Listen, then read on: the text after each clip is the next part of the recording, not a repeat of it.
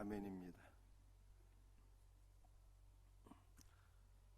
우리가 지난주에는 아가서 4장 12절 말씀을 함께 나누었습니다. 내 누이 내 신부는 잠근 동산이요 덮은 우물이요 봉한 샘이라고 주께서 말씀하셨습니다. 주님께서 우리를 가리켜서 너는 내 누이다 신부다 이렇게 말씀하셨어요. 때문에 우리는 그리스도의 가장 가까운 형제입니다. 그러므로 여러분들이 살다가 어려운 일에 봉착하게 되었을 때 누구를 의지해야 되는 것입니까? 우리의 형제이신 그리스도를 찾아가시기를 바랍니다. 그리스도께서 우리의 형제가 되신다는 것은 그분이 우리가 잃어버린 하나님의 나라를 되찾아 주시는 분이요, 우리를 주에서 자유케 하시는 분이요, 또한 우리의 모든 원수를 멸해 주시는 분이다라고 하는 뜻입니다. 그리스도는 우리의 형제이실 뿐만 아니라 우리의 신랑이세요. 그는 우리와 한 몸으로 연합된 우리의 신랑이기 때문에 우리는 영원토록 그리스도 안에서 그리스도의 모든 것을 다 누리게 되는 것입니다. 이 놀라운 은혜가 우리 모든 성도들에게 날마다 경험되어지기를 주님의 이름으로 축복합니다. 또한 교회는 잠근 동산이요 덮은 우물이요 봉한 샘이라고 말씀하셨습니다. 주님께서 울타리로 교회를 다 이렇게 보호해 주신다는 거예요. 아무도 접근하지 못하도록. 교회는 잠근 동산이요 덮은 우물이요 봉한 샘인데 그 누구도 교회에 접근할 수가 없는데 오직 교회는 단 한 분만을 위하여 열려 있어요. 그것이 누구입니까? 바로 예수님이. 교회는 예수님을 위해서 존재하고 오직 예수님께만 열려 있는 거예요. 그러므로 저와 여러분들은 사나 죽으나 오직 그리스도를 위하여 살아가는 복된 은혜가 있기를 주 예수의 이름으로 축복합니다. 오늘은 동산에 임재하시고 많은 복을 주시는 그리스도라고 하는 제목으로 함께 말씀을 나누기를 원하는데요. 우리 첫 번째 살펴볼 말씀은 동산에 임재하신 그리스도입니다. 아가서 5장 1절 말씀 함께 한번 같이 읽어볼까요? 내 누이 내 신부야 내가 내 동산에 들어와서. 그리스도께서는 교회를 향하여 말씀하시기를 내가 내 동산에 들어왔다 이렇게 말씀하셨어요. 그리스도께서 임재하신 동산은 도대체 어떤 동산일까요? 우리 하나님께서 창세기 2장 8절 말씀을 보게 되면 에덴 동산을 창설하셨어요. 그런데 아가서 5장에 나타난 동산과 창세기 2장 8장에 나타난 에덴 동산이 같은 단어예요. 이것은 인간이 잃어버린 에덴 동산이 그리스도 예수 안에서 회복된다는 뜻입니다. 그리스도 예수 안에서 회복된 에덴 동산이 아가서 5장 1절에 나타난 동산이요 그 동산이 그리스도의 신부이며 교회인 것을 믿으시길 바랍니다. 그러므로 교회는 그리스도 안에서 회복된 에덴 동산 즉 하나님의 나라입니다. 따라서 교회 안에 들어온 성도들은 이미 하나님의 나라 안으로 들어온 거예요. 교회 안에 있는 성도는 지금부터 영원토록 하나님의 나라 안에서 주 예수를 누리며 살아가는 것입니다. 이 놀라운 은혜가 우리 모든 성도들에게 날마다 경험되어지기를 주님의 이름으로 축복합니다. 그런데 우리 예수님께서 아가서 5장 1절에서 내가 나의 동산에 들어왔다라고 말씀하셨는데 이것은 아가서 4장 16절에서 교회가 기도한 것에 대한 응답인 것입니다. 교회가 기도하기를 나의 사랑하는 자가 그 동산에 들어가기를 원하노라 라고 말씀하셨는데 교회가 나의 사랑하는 자 주 예수여 동산에 임재하여 주옵소서 이렇게 기도했는데 이 기도가 끝나자마자 우리 주님께서 성도의 기도를 받으시고 내가 나의 동산에 들어왔다 라고 말씀하신 것입니다. 그러므로 교회는 무엇을 위해서 기도해야 되는 것입니까? 교회는요 그리스도의 임재를 사모하고 그리스도의 임재를 위하여 기도해야 되는 것입니다. 그리스도의 임재를 사모하며 기도하는 성도에게 이와 같은 성도의 기도를 기뻐하시며 주님은 말씀하시는데 사랑하는 자들아 내가 내 안에 임재하였노라. 내가 나의 동산 안에 임재하였노라 말씀하시는 것입니다. 기도와 간구는 다른 것을 알고 계시죠? 간구는 여러분들의 소원을 구하는 거예요. 기도는 무엇일까요? 기도는 나의 소원을 구하는 것이 아니라 그리스도를 사모하며 그리스도를 구하고 그리스도의 임재를 누리는 것입니다. 날마다 주 예수 그리스도를 구하시고 주 예수 그리스도의 임재를 경험하는 우리 복된 성도들이 다 될 수 있기를 예수님의 이름으로 축복합니다. 그리스도께서 동산, 즉 교회 안에 임재하시면 어떤 일들이 일어나게 되는 것입니까? 두 가지 역사가 일어나게 되는데요. 첫 번째는 교회는 그리스도의 부활 생명을 누리게 됩니다. 아가서 4장 16절 말씀을 우리 다시 한번 더 읽어보기를 원합니다. 북풍아 일어나라, 남풍아 오라, 나의 동산에 불어서 향기를 날리라. 나의 사랑하는 자가 그 동산에 들어가서 그 아름다운 열매 먹기를 원하노라. 교회가 기도하는데요. 북풍아 일어나라, 남풍아 오라, 이렇게 기도했어요. 이 북풍과 남풍은 성령을 가리키는 것입니다. 성령께서 교회에 임재하시면 메마른 황무지와 같은 우리의 심령의 은혜의 단비가 내리고 그리스도의 부활 생명이 부어져서 우리의 심령에 복된 역사가 일어나는데 주님께서 기뻐하시는 아름다운 열매가 가득한 에덴 동산이 될 것을 믿으시기를 바랍니다. 그러므로 우리 모든 성도들의 심령에 성령께서 임재하시는 놀라운 역사가 임하기를 예수님의 이름으로 축복합니다. 성령님은 그리스도의 영이기 때문에 성령께서 임재하시는 것은 곧 그리스도께서 임재하시는 것입니다.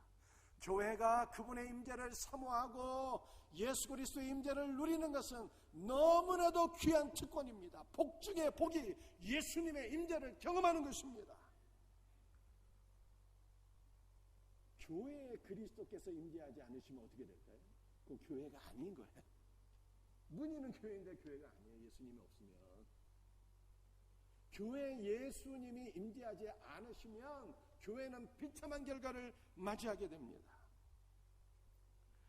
그리스도께서 동산에 계시지 않으면 식물들은 시들게 되고 무화과 나무들은 열매를 맺지 못하게 되고 아름다운 꽃들도 필 수가 없어요.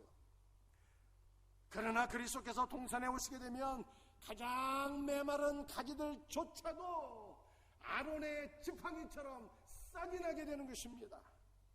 이것은 성령 안에서 그리스도께서 우리 안에 임재하시면 그리스도의 부활 생명으로 말미암아 우리의 영이 회복되고 하나님께서 기뻐하시는 아름다운 열매를 맺는 성도가 된다는 뜻입니다. 그러므로 그리스도의 임재를 사모하시고 그리스도의 임재를 경험하셔서 그리스도의 부활 생명을 누리고 주님이 원하시는 아름다운 열매를 가득 맺을 수 있는 우리 복된 성도들이 다 될 수 있기를 예수님의 이름으로 축복합니다. 여러분들, 예수님께서 교회에 임재하시면 두 번째는 교회는 그리스도와 참된 교제를 누리게 됩니다. 아가서 5장 1절이 이렇게 말씀하시죠. 내 누이 내 신부야, 내가 내 동산에 들어와서 내가 나의 동산에 들어왔다 라고 말씀하세요. 교회는 그리스도의 소유입니다. 만일 교회가 주님의 소유가 아니라면 그리스도께서 교회에 임재하시는 것은 불법입니다. 교회는 그리스도께서 피로 사신 주님의 교회요 주님의 신부입니다. 신랑이신 그리스도께서 교회에 임재하시는 목적이 무엇일까요? 그리스도와 교회가 하나로 연합이 되고 우리가 주님과 사귐이 있도록 하기 위하여 예수님은 교회에 임재하시는 것입니다. 예수님은 교회 안에 임재하셔서 아름다운 꽃길을 우리와 함께 거니시며 우리와 교제하기를 기뻐하시는 분이세요. 성도가 그리스도와 교제하는 것은 하나님께서 우리를 창조하신 목적이기도 합니다. 창세기 1장 27절 말씀이에요. 함께 말씀을 같이 읽도록 합니다. 하나님의 자기 형상 곧 하나님의 형상대로 사람을 창조하시되. 하나님께서 인간을 하나님의 형상대로 창조하신 목적은 삼위일체 하나님께서 인간과 교제하고 하나로 연합하시기 위함입니다. 너무 놀랍죠. 하나님께서 저와 여러분을 창조하신 목적이 우리와 교제하기 위함이에요. 고린도전서 1장 9절 말씀입니다. 너희를 불러 그의 아들 예수 그리스도 우리 주와 더불어 교제하게 하시는 하나님은 미쁘시도다. 너희를 불렀다는 것은 하나님께서 우리를 세상 가운데서 불러주셨다는 거예요. 하나님의 자녀로. 그래서 불러주셨다는 것은 하나님께서 우리를 구원하셨다는 뜻입니다. 하나님께서 우리를 구원하신 목적이 무엇인가? 그것은 그의 아들 그리스도 우리 주와 더불어 교제하도록 하기 위해서 하나님께서 저와 여러분을 불러주셨대요. 창조의 목적도 그리스도와 교제하는 것이요, 구원의 목적도 그리스도 예수와 교제하는 것입니다. 마가복음 3장 14절 말씀입니다. 이에 12를 세우셨으니 이는 자기와 함께 있게 하시고, 예수님께서 12명의 제자를 부르신 목적이 뭐냐는 거예요. 제자를 부르신 목적은 자기와 함께 있게 하시고입니다. 예수님과 함께 동거하는 것, 함께 먹고 마시고 그와 더불어 연합되고 그와 더불어 교제하는 것, 이것이 제자들을 부르신 목적이래요. 오늘 우리 성도들 가운데서는 제자반 훈련받는 분들도 계신데요, 제자반을 한다고 예수님의 제자가 되는 것이 아니라 어떤 사람이 예수님의 제자입니까? 예수님과 함께 동거하는 사람, 예수님과 함께 교제하는 신자가 주님의 제자래요. 늘 주님과 함께 동행하며 주님과 함께 교제하는 참 그리스도의 제자들이 되시기를 주님의 이름으로 축복합니다. 그런데 이렇게 예수님과 더불어 연합되고 사귐이 있으면 놀라운 역사가 일어나게 되는데, 요한복음 10장 10절에서 이렇게 말씀하셨어요. 내가 온 것은 양으로 생명을 얻게 하고 더 풍성히 얻게 하려는 것이라. 예수님과 사귐이 있으면 그리스도 예수의 풍성한 생명을 공급받아서 우리의 심령이 낙원이 된다. 성경은 이렇게 말씀하고 있는 것입니다. 사도행전 18장 3절입니다. 생업이 같음으로 함께 살며 일을 하니. 도대체 누구와 누구가 함께 살았다는 뜻일까요? 바울이 고린도에서 브리스길라 아굴라 부부를 만나게 되었는데, 이들 모두는 잡이 같아요. 다 텐트 메이커입니다. 그래서 직업이 같아서 함께 살게 되었다, 이렇게 말씀하고 있습니다. 그런데 함께 살게 되었다는 것은요, 예수님의 제자들이 예수님과 함께 사는 것이 바로 제자가 되었다는 의미이듯이, 브리스길라 아굴라 부부가 바울과 함께 살게 되었다는 것은 두 부부가 바로 바울의 제자가 되었다는 뜻입니다. 바울의 제자가 된 브리스길라 아굴라 부부를 통해서 놀라운 역사들이 일어나게 되었어요. 사도행전 18장 26절 말씀을 함께 같이 읽어보도록 하겠습니다. 그가 회당에서 담대히 말하기를 시작하거늘 브리스길라 아굴라가 듣고 데려다가 하나님의 도를 더 정확하게 풀어 이르더라. 초대교회 아주 유명한 지도자가 한 분 계셨는데요, 그분의 이름이 바로 아볼로입니다. 아볼로의 특징은 성경에 능통한 분이었어요. 그래서 아볼로가 회당에서 성경을 풀어서 늘 강의하는 사역을 감당했는데, 어느 날 아볼로가 브리스길라 아굴라를 만나게 되었습니다. 그런데 브리스길라 아굴라가 아볼로를 데려다가 성경을 더 자세히 풀어서 가르쳐주게 되니, 아볼로가 이전보다 더 많은 사람들에게 성경으로서 은혜를 끼치고 더욱 많은 유익을 끼치는 초대교회 위대한 지도자가 되었다, 이렇게 말씀하고 있습니다. 사랑하는 성도들이요, 그러므로 함께 교제하는 것이 이렇게 중요한 거예요. 우리가 주님의 제자가 되어서 주님의 신부가 되어서 예수님과 함께 교제하게 되면 그리스도의 부활 생명이 우리 안에 넘쳐서 아름다운 열매를 맺게 될 뿐만 아니라 브리스길라 아굴라처럼 하나님의 일에 위대하게 쓰임받는 그러한 일꾼이 되는 것입니다. 이 놀라운 은혜가 저와 여러분들에게 경험되어지기를 주의 이름으로 축복합니다. 그러므로 오늘 이 새벽에 우리 주님께서 성령 안에서 우리에게 임재하셔서 날마다 우리 모든 성도들과 하나로 연합되시고 깊은 영적 교제 가운데로 들어가기를 예수님의 이름으로 축복합니다. 오늘 두 번째로 우리가 함께 나눌 말씀은 자기들이 드리는 제사를, 자기 백성들이 드리는 제사를 기뻐하시는 그리스도예요. 아가서 5장 1절 말씀입니다. 내 누이 내 신부야, 내가 내 동산에 들어와서 나의 몰약과 향 재료를 거두고. 교회 기도를 받으시고 예수님의 교회 안에 임재하셨어요. 그리고 교회 안에서 몰약과 향 재료를 거두셨다, 이렇게 말씀하고 있습니다. 예수님께서 몰약과 향 재료를 거두셨다는 것은 우리가 드리는 모든 제사를 다 받으셨다는 뜻이에요. 우리가 드리는 찬양과 기도와 모든 경배를 주님이 기쁘게 받으셨다라고 하는 뜻입니다. 특별히 이 몰약과 향은 성도의 기도를 의미하는 것입니다. 우리 주님께서는 우리가 드리는 기도를 하나도 외면하지 아니하시고 귀한 향재료로 여기시고 다 거두어 드리시는 분이래요. 우리가 여러 가지 기도의 제목으로 기도합니다. 그리스도의 임재를 사모하면서 그리스도를 구합니다. 때로는 기도하다가 우리가 죄가 깨달아져서 눈물과 탄식으로 회개하며 기도합니다. 때로는 우리 가정을 위해서, 때로는 한 영혼을 품고 간절한 충고의 기도를 드립니다. 그런데 우리 주님께서는 우리가 드리는 모든 기도를 하찮게 여기지 아니하시고 귀한 향재로 여기시고 다 거두어 드리는 분이라고 성경이 말씀하고 있는 것입니다. 우리의 기도는 하나도 땅에 떨어지지 않는 거예요. 다 하늘 보좌에 상달되어서 응답받게 될 것을 믿으시기를 바랍니다. 그러므로 성도는 기도해야 됩니다. 우리의 모든 기도를 거두어 드리시고 경청하시며 응답해 주시는 주님을 소망하면서 늘 깨어 기도하는 복된 성도들이 될 수 있기를 예수님의 이름으로 축복합니다. 아가서 5장 1절 말씀을 보게 되면 예수님이 동산에 임재하셨어요. 그리고 모든 몰약과 향재료를 거두셨어요. 그리고 음식을 드셨는데 무엇을 드셨습니까? 꿀송이와 꿀을 먹으셨다, 이렇게 말씀하고 있습니다. 꿀송이와 꿀은 성도들의 심령과 입술에서 뚝뚝 떨어지는 말씀의 은혜를 가리킵니다.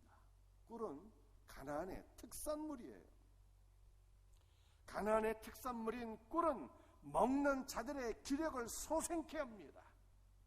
이것은 꿀 같은 하나님의 말씀은 그 말씀을 먹는 자들에게 새 힘을 공급해주는 생명의 말씀이라고 하는 뜻입니다. 사무엘상 14장 27절 말씀을 함께 같이 읽도록 하겠습니다. 손에 가진 지팡이 끝을 내밀어 벌집에 꿀을 찢고 그의 입에 대매 눈이 밝아졌더라. 누가 꿀을 찍어 먹어서 눈이 밝아지게 된 것입니까? 사울의 아들 요나단이 블레셋과 더불어 전쟁하게 되었는데 전쟁 중에 먹을 것이 없어서 기력이 소진하게 되었어요. 그런데 전쟁하다가 야생꿀을 발견하게 된 거예요. 그래서 지팡이 끝을 내밀어서 꿀을 찍어서 먹게 되니 그 꿀을 먹음으로 말미암아 기력이 소생되고 눈이 밝아지게 되었더라, 이렇게 말씀하고 있는 것입니다. 그런데 꿀은 성경에서 무엇을 가리킵니까? 하나님의 말씀이에요. 때문에 시편 기자는 주의 말씀의 맛이 내게 어찌 그리 단지요 내 입의 꿀보다 더 단이다 라고 고백했습니다. 우리가 말씀을 통해서 기력을 얻는 것처럼 예수님은 성도들의 입에서 뚝뚝 떨어지는 말씀의 은혜를 기뻐하시고 말씀의 은혜를 취하시며 힘을 얻으신다고 그렇게 말씀하고 계시는 거예요. 그러므로 성도들의 입에서는 뭐가 끊이지 않아야 됩니까? 주님의 말씀이 끊이면 안 되는 거예요. 우리의 입술에서 음담패설이 나오는 게 아니라 세상 돌아가는 얘기만 하고 사는 것이 아니라 우리의 입술에서 생명의 말씀이 뚝뚝 떨어지게 될 때 주님께서 기뻐하시고 주님께서 이 말씀을 취하시며 주님께서 힘을 얻으신대요. 이 놀라운 은혜가 날마다 우리들에게 임하기를 주 예수의 이름으로 축복합니다.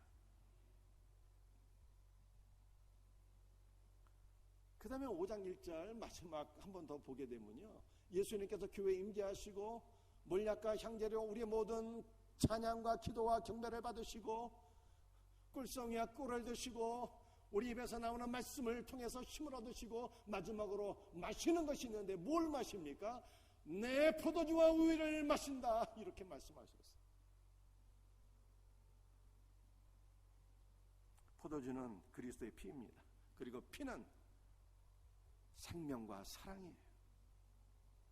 그리스도의 생명과 사랑이 우리 안에 부어지면 큰 기쁨이 넘쳐나게 됩니다. 우리 성도들이 그리스도의 피를 마시고 큰 기쁨이 넘쳐나서 그리스도를 사랑하며 섬기게 될 때 그리스도는 기뻐하시고 우리의 사랑과 성령을 받으시고 기뻐하시는데, 이것이 예수님께서 바로 포도주를 마시는 거예요. 우유는 포도주보다 값이 싸고 흔한 음료입니다. 그러나 우유는 모든 영양소를 다 갖춘 완전식입니다. 특히 우유는 소화 능력이 떨어지는 어린 아이들에게 최고의 음식이에요. 가나안은 젖가꿀이 흐르는 땅입니다. 가나안에 흐르는 젖가꿀은 그리스도의 풍성을 가리킵니다.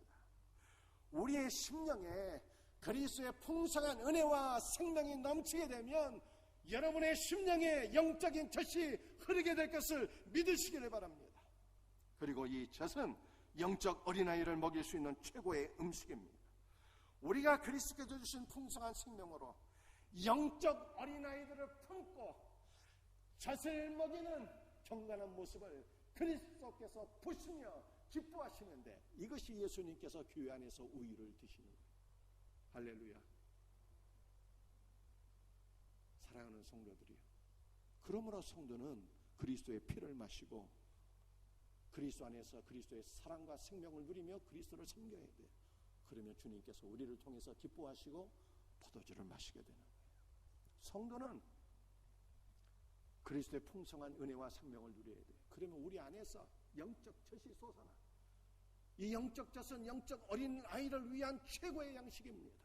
그래서 우리가 영적인 어린 아이들을 품에 품고 그리스도의 생명으로 영적 젖을 먹이게 되면 예수님이 가장 크게 기뻐하시는데, 이것이 예수님께서 우유를 드시는 거예요. 이 놀라운 역사가 우리의 생명샘교에 충만하기를 주님의 이름으로 축복합니다.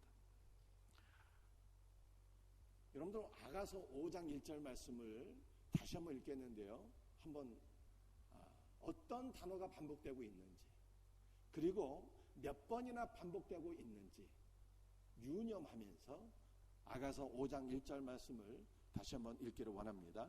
내 누이 내 신부야, 내가 내 동산에 들어와서 나의 몰약과 향재료를 거두고 나의 꿀송이와 꿀을 먹고 내 포도주와 내 우유를 마셨으니. 어떤 단어가 반복되고 있습니까? 내, 나이라고 하는 단어가 계속 반복되고 있는데 강조하는 것이죠. 몇 번 반복되었습니까? 8번 반복되고 있어요. 그리스도는 교회를 내 누이 내 신부라고 말씀하셨습니다. 교회는 주님께서 값을 치르시고 얻으신 주님의 형제요, 주님의 신부예요. 그리스도께서 동산에 들어오셨는데 말씀하시기를 내 동산이라고 말씀하셨어요. 교회는 인간이 세운 인간의 교회가 아닙니다. 주님께서 세우신 주님의 교회라고 하는 뜻입니다. 그리스도는 교회 안에 들어오셔서 그리스도의 신부인 성도들과 함께 동산을 거두시며 그들에게서 몰약과 향재료를 거두셨는데, 그리스도는 이 몰약과 향재료를 나의 몰약과 향재료라 이렇게 말씀하셨어요. 몰약과 향재료는 성도의 모든 제사, 기도와 찬송과 드리는 모든 예물을 의미합니다. 그런데 기도와 찬송과의 모든 예물이 만약에 우리의 것이라면 너무나도 보잘것이 없어서 하나님께서 받지를 않으셔요. 그런데 우리가 드리는 기도와 찬송과 모든 예물이 다 주님의 것이기 때문에 기도와 찬송과 예물을 드릴 때 하나님께서 다 기쁘게 받으시는 거예요. 이것은 오늘 우리의 기도에 그리스도가 계셔야 한다는 뜻입니다. 우리가 그리스도와 연합되어서 중보 기도할 때 하나님께서 우리의 기도를 그때 비로소 받으신다는 거예요. 여러분들 기도는 본질적으로 주님의 사역이잖아요. 주님께서 보좌 우편에서 우리를 위해서 날마다 중보 기도하고 계세요. 그래서 주님의 중보 기도에 우리의 기도가 얹어지게 될 때 하나님께서 우리의 기도를 비로소 받으시는 거예요. 꿀송이와 꿀도 주님의 말씀입니다. 포도주와 우유도 주님의 것입니다. 그리스도는 우리를 통하여서 우리의 것을 받으시는 것이 아니라 우리를 통하여 주님의 것을 받으시는 거예요. 우리는 우리의 것을 드리는 것이 아니라 주님의 것을 주님께 드리는 것입니다. 제가 오늘 선포하는 말씀도 인간의 말이라면 하나님께서 받지를 않으세요. 그리스도의 말씀이기 때문에 아버지께서 받으시는 거예요. 기쁨으로. 여러분이 오늘 드리는 모든 예물도, 모든 물질도 만약 나의 것을, 여러분의 것을 드린다면 하나님께서 절대로 받지 않으십니다. 진실로 안 받으세요. 우리가 하나님께 예물을 드릴 때도 나의 모든 물질이 주님의 것임을 인정하고 주님의 것을 주님께 드릴 때 아버지께서 기쁘게 받으시는 거예요. 이것이 올바른 11조 정신입니다. 그러므로 우리는 그리스도의 것을 그리스도께 믿음으로 드릴 수 있는 복된 은혜가 있기를 주님의 이름으로 축복합니다. 오늘 세 번째로 간단하게 하나 더 살펴볼 말씀이 있습니다. 풍성한 잔치에 우리를 초대하시는 그리스도의 마지막 성경 구절입니다. 아가서 5장 1절 아예 다 외워버리시잖아요. 한 번 더 같이 읽습니다. 내 노이 내 신부야, 내가 내 동산에 들어가서 나의 몰약과 향재료를 거두고 나의 꿀송이와 꿀을 먹고 내 포도주와 내 우유를 마셨으니 나의 친구들아 먹으라, 나의 사랑하는 사람들아 많이 마시라. 예수님께서 동산에 임재하셔서 우리의 모든 찬양과 경배와 기도를 받으시고 꿀송이와 꿀을 드시고 포도주와 우유를 마시고 주님 말씀하시기를 나의 사랑하는 자녀들아, 나의 사랑하는 친구들아, 너희는 많이 먹고 많이 마시라. 그렇게 말씀하셨어요. 여러분, 우리는 무엇을 많이 먹고 많이 마셔야 되는 것입니까? 참 양식이신 그리스도의 살을 많이 먹고 참 음료인 그리스도의 피를 많이 마셔야 되는 거예요. 요한복음 6장 말씀을 여러분들이 읽어보게 되면 내 살을 먹으라, 내 피를 마시라, 이 말씀이 10번 이상 기록되어 있어요. 여러분들 세상 양식은 많이 먹으면 문제가 생깁니다. 잘 먹되 조금만 먹어야 돼요. 많이 먹게 되면 소화불량되고 비만이 되고 성인병이 와서 문제가 발생하게 됩니다. 그러나 참 양식, 참 음료이신 그리스도의 살과 피는 제한이 없이 너희가 많이 마시라, 많이 먹으라, 이렇게 말씀하신 거예요. 많이라고 하는 단어가 둘 다에 적용되는 거예요. 많이 먹고 많이 마시라는 뜻입니다. 여러분은 왜 우리가 그리스도의 살과 피를 많이 먹고 많이 마셔야 되는 것입니까? 그리스도의 살과 피를 많이 먹고 마시게 될 때 우리의 믿음이 성장이 되고 그 믿음을 유지할 수가 있게 되는 것입니다. 만약 여러분의 믿음이 지금 흔들리고 있지는 않습니까? 마지막 날에 우리의 믿음이 흔들린다면 문제가 되는 거예요. 우리의 믿음이 연약해진다면 그것은 그리스도의 살과 피를 먹고 마시지 못하기 때문에 그리스도의 살과 피를 먹고 마시는 성도가 되어야 됩니다. 어떻게 우리가 그리스도의 살과 피를 먹고 마실 수 있습니까? 여러분들 말씀이 예수님이잖아요. 말씀 안에서 예수 그리스도를 만나게 될 때 우리는 말씀을 통해서 그리스도의 살과 피를 먹고 마시는 거예요. 여러분들 우리는 다음 주에 성찬 예식을 하게 됩니다. 성찬 예식을 통해서 그리스도의 살과 피를 먹고 마시는 거예요. 그리스도의 살과 피를 먹고 마시게 되면 작은 그리스도로 우리가 조성이 돼요. 그리스도의 삶을 살아가게 됩니다. 그리스도의 살과 피를 참 생명을 공급하는 그리스도인으로 저와 여러분이 쓰임을 받게 되는 것입니다. 그러므로 날마다 그리스도의 살과 피를 먹고 마시며 그리스도의 풍성한 생명을 누릴 뿐만 아니라 그리스도의 풍성한 생명을 공급하는 참된 성도들이 될 수 있기를 예수님의 이름으로 축복합니다. 말씀을 마치겠어요. 우리는 그리스도의 임재를 경험하셔야 돼요. 사모함으로 구하셔야 됩니다. 그리스도께서 우리 안에 임재하실 때 비로소 교회가 하나님의 나라가 되는 거예요. 그리스도께서 교회 안에 임재하시면 우리의 모든 찬송과 기도를 받으시고 우리 입술에서 나오는 말씀을 받으시고 또한 우리 안에서 포도주와 우유를 취하시고 그리고 우리에게 많이 먹고 마시게 하시는 풍성한 영적 잔치를 베풀어 주세요. 이 놀라운 은혜가 날마다 그리스도 안에서 우리 모든 성도들에게 경험되어지기를 주님의 이름으로 축복합니다.